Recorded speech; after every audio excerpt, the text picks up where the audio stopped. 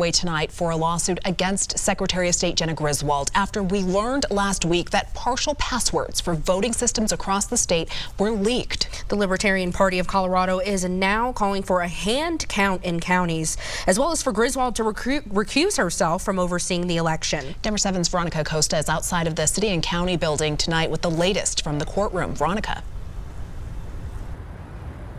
Still no decision as of now. That case is still being heard inside of the City County building right behind me. It's been over 2.5 hours. The judge has heard from multiple witnesses in this case. The Libertarian Party arguing that the posting of the more than 600 passwords was damage enough. Witnesses for that party testifying those passwords are the first layer of security in elections, adding that at one point, adversaries in other countries are constantly scanning election web pages, waiting for changes so that they can then take advantage of them.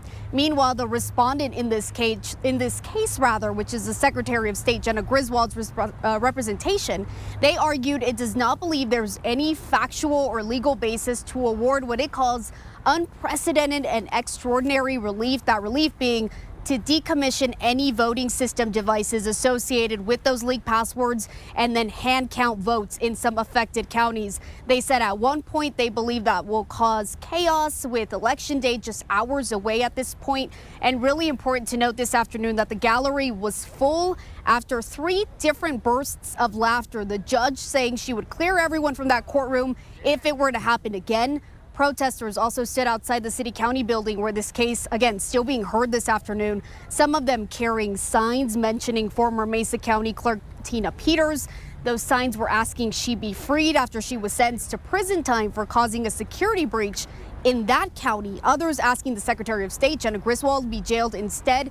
You guys, like I've mentioned several times, that case is still being heard inside of the City County building that is right behind me this afternoon.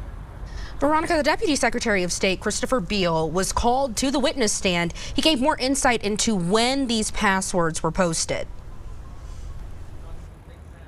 He did. He actually said the passwords were posted back on a web page on June 21st. He said they were discovered and then taken down. Everything was investigated on October 24th. That was just days ago, but that was more insight given by Beal. Balance. All right, Veronica Acosta for us tonight. Thank you, Veronica, and we'll stay on top of that case.